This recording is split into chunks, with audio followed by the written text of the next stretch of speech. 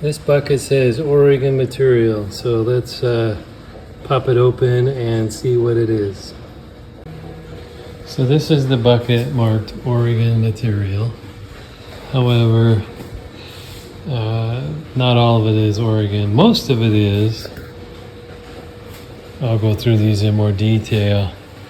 But as you can see, there's a couple of pieces here of Brazilian, and I believe this jasper is from Turkey. And this amethyst sage is from Utah. But the rest of the material is Oregon. And so I'll go through it in more detail. So let's get the non-Oregon stuff out of the way first. There's a nice little Brazilian agate covered with dust. Sorry.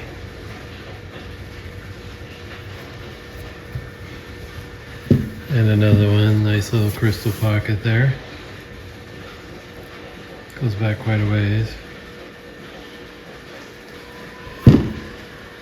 And this jasper is from Turkey, as I said earlier.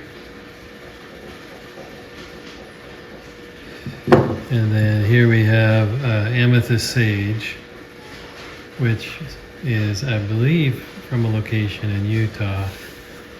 Let's see if it's, yeah, there you go. Look at them dendrites. That's what this stuff is famous for. Okay, so now we have, this is a chunk of a huge thunder egg. I don't know if I can get, there we go. This is from up near White Fir Springs area. I don't know if the actual location has a name. I'm sure it does. I have no idea what it is though.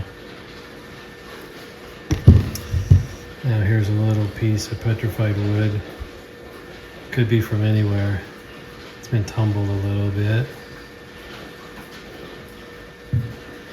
Back in the back we have a piece of Kerry moss agate. It's not really plume. It's just kind of a red moss. It does have a little quartz pocket down there on the bottom, but it's from the Kerry Ranch. Let's see if I can get the light out here a little bit better. Okay, so now we have a thunder egg. It's got a little botryoidal pocket, but it's not all that impressive. This is from the Ochako agate beds, which is now the Mount Hood Rock Club claim. Here's another botryoidal. This is actually from the Lucky Strike mine. You can see how they're pretty similar, but they're two different locations, and they're a couple miles apart. Here's another one from the Ochako agate beds. And I know these are all from the Ochako agate beds because I dug them. And there's another one from the same location.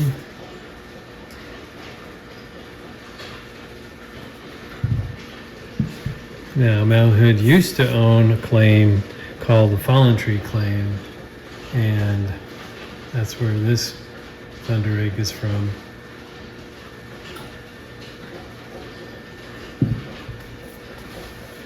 Down here in front, we have a chunk of seam agate from Maury Mountain that has purple in it. And I think on a previous video I showed how this has turtleback. You can kind of see it in there, but more you can just see the moss. So the outside edge had green moss on it. I ground most of that off. And then here's a piece of that same seam without hardly any of the purple in there, but you can see it's not a very thick seam. And then here's one that has some druzy on the outside, and then I went ahead and cabbed the top of it. There's some green moss with some thick purple in there. And then also from Maury Mountain, is some red/green moss. Got a little tiny druzy pocket there. Another piece of red moss from Maury Mountain. And now we're going to get into some carnelian stuff. I can turn the camera a little bit.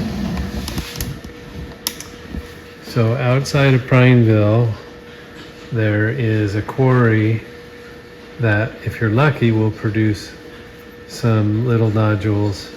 Most of them are small, so it's rare to find one this large.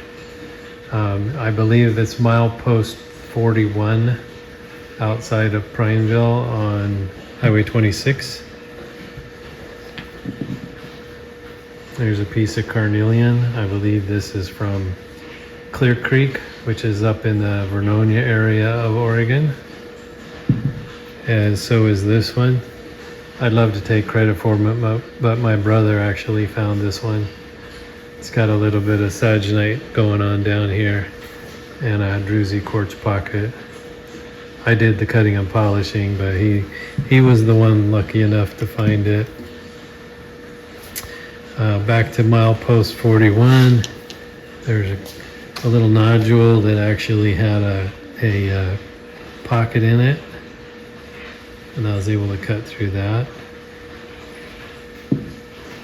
And another small one from that same area that has some banding in it.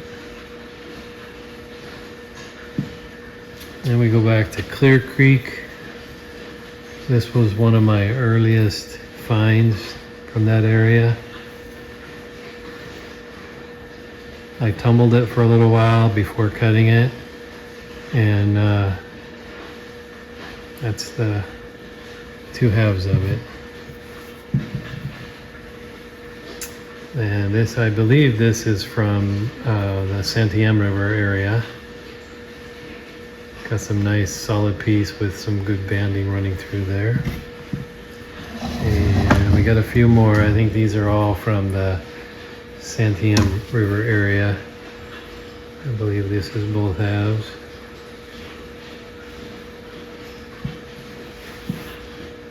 I think this one might be from Clear Creek again. Tumbled it for a while and then cut it.